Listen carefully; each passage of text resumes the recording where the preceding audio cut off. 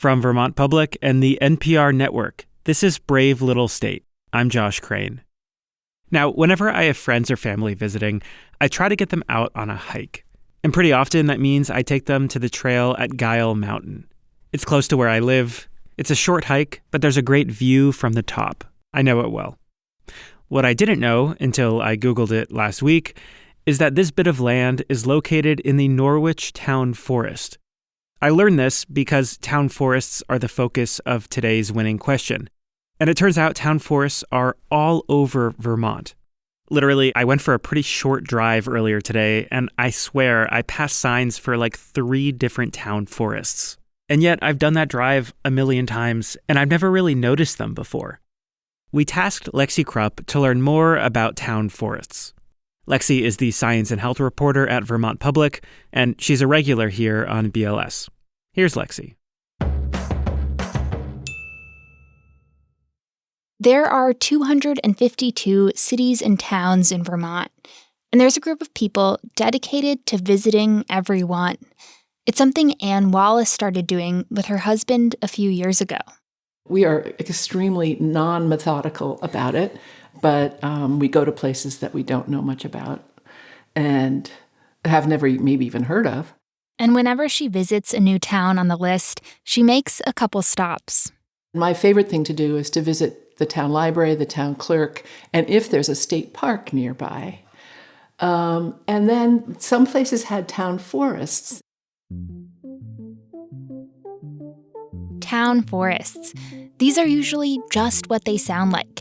Forests owned by towns, often pretty big, sometimes hundreds or even thousands of acres, but not always. Sometimes they're small, oddly shaped pieces of land. They could be owned by a school or public utility. As Anne kept seeing signs for them on her tour of towns, they became these mysteries on the municipal landscape. I thought, what is the deal? I mean, really, literally, what is the deal with town forests? What's the history? Why are they there and why not? There's no complete accounting of all the town forests in Vermont, but as best we know, about 2/3 of towns have one. Many have more than one. And each town forest has its own idiosyncratic history of how it came to be. Old church properties or hillside farms that couldn't keep up with local taxes. Some have been sold or lost, forgotten by the collective memory of town government. Others are brand new, like the forests in Richmond, Huntington, and Wolcott. And even though winning question asker Anne has noticed town forests in other communities, she wants to know what about her town, Bristol, in Addison County. I don't even know, I'm really ashamed to say, I don't even know if Bristol has a town forest. I thought I could call and ask, and then I thought, no, I'm going to let Lexi do that research. I don't think it does. Well, I did do the research, and Bristol does have a town forest. But there's a good reason Anne hasn't heard of it. It's located entirely within a different town, Lincoln.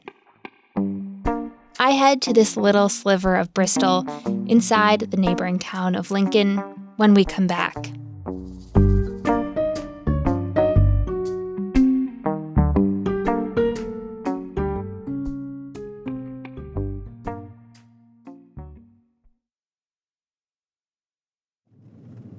Bristol's town forest is at the end of Waterworks Road in Lincoln. It's a skinny tract of land along a stream at the base of Mount Abraham. Hello. How are you? I visited recently with local forester David Brynn. Well, it's kind of a temperate hardwood rainforest, but this is where yellow birches just love to grow. Maple syrup lines crisscross the surrounding woods. It's a dense forest, but there's a wide path from an old logging road. Further up you get hemlock. They prosper up in these kind of cooler, moist places. David was the Addison County forester for many years. Now he runs a nonprofit dedicated to forest conservation. And he tells me the tale of how the town of Bristol came to own this piece of Lincoln. It dates back to the early 1900s, when Bristol had a problem. They wanted to expand, but nearby springs didn't supply enough water for the growing village, so some townspeople came up with a plan. They started looking up in the hills, and this piece of land was available, and they engineered this thing. The plan? Build a pipe that would carry water from the mountains in Lincoln down to Bristol. The town bought the land and hired workers from Europe. Imagine, 1905, there's a bunch of Italians here digging a ditch. They started in August. The work was hard and dangerous. Eventually, the workers asked for a raise. When they didn't get it, they went on strike. But it was too late. The pipe was nearly done. The town finished it without them. There was a big party to celebrate.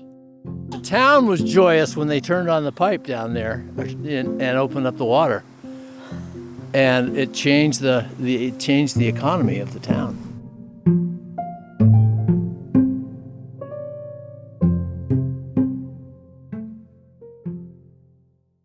That pipe is still under the ground here, but it's been years since it supplied water to Bristol. The town found other places to get it. And they've also found other uses for this land. Over the years, they contracted with logging companies who chop down trees here. And during an energy crisis in the 70s, when imported fuel prices were really high, the forest became an energy source for locals. We did this thing, the county forester said, we'd go out and we'd mark little 3-cord lots. And people would come, and they paid a nominal fee, and they'd bring their picnic baskets and stuff and their wheelbarrows. And it was their family would go out, and they'd cut their firewood, and they'd load it up, and they'd take it home. It was mighty sweet. And we got some really great forestry done. Families with picnic baskets haven't harvested firewood from here in a long time. Like a lot of town forests in the state, Bristol's has shape-shifted over the years to meet the changing needs of the town. Nowadays, this area is mostly used for walking, sugaring, and this time of year, skiing. How's the skiing? Sorry we ruined your tracks. We run into Lorne Cochran as we're walking down the trail. Well, it's a great day for it. It is. It's so nice. Yeah. Oh, I'll tell you, these humps have made it pretty interesting. Yeah. If you didn't catch it, she says these humps have made it pretty interesting. The humps she's referring to are like earthen speed bumps on the trail. Not great for skiers, but very helpful for erosion control. And they're here because of David. Well, you're talking to the guy responsible for the humps. Oh, I understand the rationale, but from a skier's perspective, Yeah. it's the coming down. There are 35 of these humps, and they're brand new. Construction finished this summer. The idea is to slow down water during big rainstorms and help prevent flooding and improve water quality downstream. It's kind of a thing between human use and ecological. And so This series of humps, the technical name for them is broad-based dips. Like every dip along this road, probably. I think broad-based dips are a work of art. I love them. They give me goosebumps.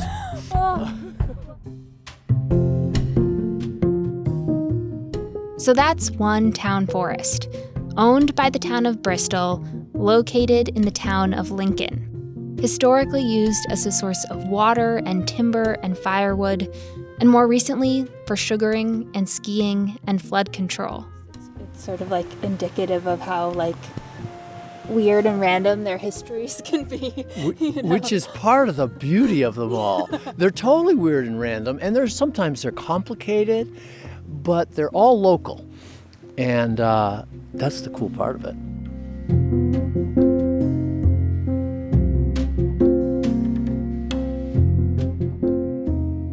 Because they're so weird and random, the term town forests can be a little hard to define, even for the experts.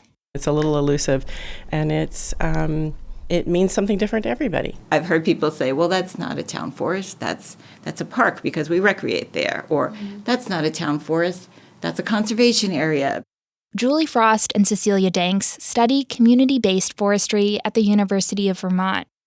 Cecilia says there are lots of ways towns ended up with town forests. I think at different eras, they came from different places. And in any given era, there wasn't even one main use that people were looking for. They've been sort of multiple use spaces since their inception. Some forests were originally part of the town Poor Farm, like in Callie and St. Johnsbury. Or in Sheffield, the town bought up farms on a remote mountain road and planted trees there to avoid having to plow. Other forests date all the way back to towns' founding charters. In 1915, Vermont even passed a law encouraging towns to create town forests. And there is already a strong conservation movement coming out the late 1800s being really worried about our denuded landscapes. So, part of it is, can we encourage towns to purchase property to grow timber on or to replant trees on or to let regrow? Cecilia said this movement wasn't just about planting trees.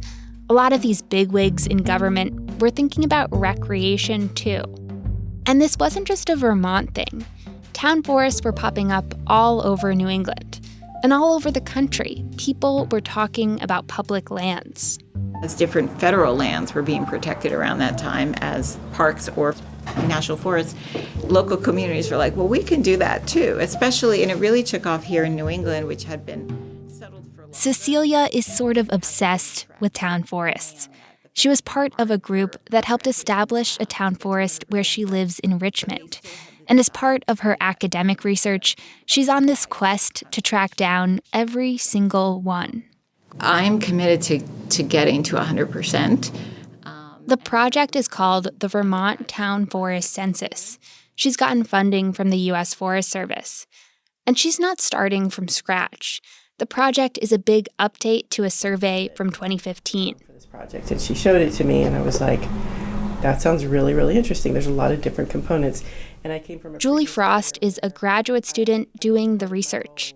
She's been contacting every town in the state, reaching out to town clerks and anyone else who might know about these forests. And accounting for every town forest in the state is harder than it may seem. Like recently, she reached out to a town clerk to ask about their forest. And she emailed back and she said, we don't have any. And I said, oh, politely, can you check again? And she got back to me and she said, oh, you're right. We do have that parcel and it is forested. And we forgot about it. Besides trying to find town forests, the other part of Julie's research is to figure out how they're being used. Like in West Windsor, the town forest is part of a ski hill. At Barry's Forest, there are a bunch of mountain biking trails. In Moortown, the elementary school uses the town forest, and it's owned by the school district. And then there are some towns that still don't know exactly what to do with their town forest because they're brand spanking new. It wasn't on the market, but it just seemed like such a great parcel. That's after the break.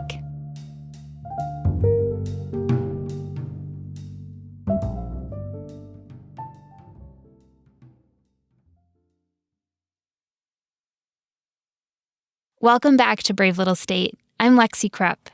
And this is Jamie Schulte. This is a fairly new building, by the way. And we have this lovely view. We're at the Moncton Town Hall, and it is a lovely view. Definitely the nicest town offices I've ever been to. This is where we did a lot of our community meetings. Jamie spends a lot of time here. He's not a town employee, but he's very involved. And I'm on the Development Review Board and the Conservation Commission, the Agricultural Natural Areas Committee, and the Town Forest Committee. So that is probably too many, but it is... He joined the Town Forest Committee when it got started in 2019 to explore the possibility of establishing a town forest here. That's because for years, the town has wanted more community spaces. There's a park with soccer fields near the school, but not many places with forests and wetlands that are publicly owned. It took them a while to find a property that might work. They ended up cold calling a timber company, A. Johnson, about buying this odd-shaped piece of land on the southern edge of town that borders a big conservation area. It wasn't on the market, but we approached A. Johnson about it because it just seemed like such a great parcel. and they were receptive to talking. Talking led to the outlines of a deal. 445 acres for $1.1 million. The money would come from a combination of grants and federal funds set aside for the town from the American Rescue Plan Act, or ARPA. The town's portion was definitely less than 20%, and that's kind of a screaming deal when you think about it for having this. Before they jumped at the deal, the committee sent out postcards to every voter in Moncton, asking whether they supported the idea. This is all the actual postcards we got back. Moncton voters gave Jamie and the rest of the committee the thumbs up. Some sent their postcard back with a note. So many reasons to support this, from recreation to preserving natural habitat. Moncton Town Forest, that's the best reason. I mean, some of these pretty nice. So just a few months ago, in November, the town officially purchased the property. Now that they have the land, they've got to figure out what to do with it. We're working on that, but it's complicated. There's so many things to include and balance, and we got things like whether to allow horses and dogs, leashed or off-leash, hunting, trapping, mountain biking, how to protect the local population of eastern rat snakes and other wildlife. You got to fit all those considerations together, and it may be that not everything makes sense. They're going to write up their ideas and get public input. And not everyone is going to be happy with all the decisions they make. Like, for years, people have ridden their ATVs there. That's no longer allowed under the terms of the purchase. But since the town acquired the property, Jamie has noticed an uptick in activity.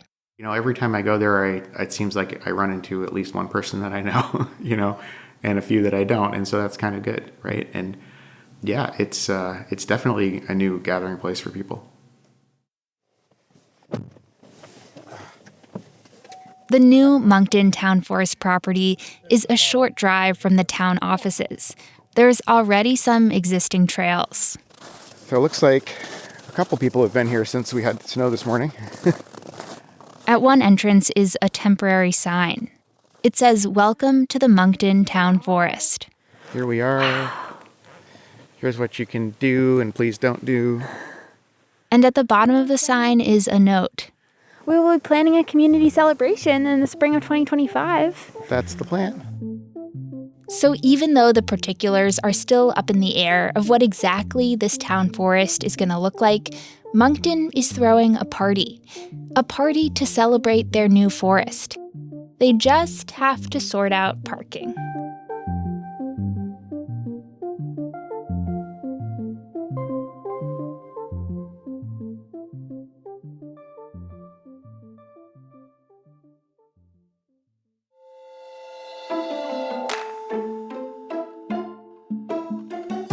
Thanks for listening to the show, and thanks to Anne Wallace of Bristol for the great question. If you like what you heard, please follow the show in your favorite podcast app. Actually hit the follow button. Or maybe the button says something like add podcast or subscribe, or there's just a little plus icon. You can also rate us and leave a review in Apple Podcasts. Like this listener who wrote, "Brave, big podcast. Wow, you guys really make the list of my top podcasts. You actually take the time, do the research, and cover the topics of this little but extraordinary Green Mountain state of Vermont. Thanks so much for that review and for helping other people discover this show." This episode was reported by Lexi Krupp. It was produced by Burgess Brown and edited by Josh Crane and Sabine Pooks. Our intern is Catherine Morrissey, and Angela Evansy is our executive producer. Digital support from Sophie Stevens. Theme music is by Ty Gibbons. Other music by Blue Dot Sessions. Special thanks to Larry Bush, Neal Maker, Bob McCullough, Callie Brynn, Michael Giammusso, and Reg Dearborn. Also, Cecilia Danks' team at UVM is still looking for responses to their town forest survey. We've included a link in the show notes.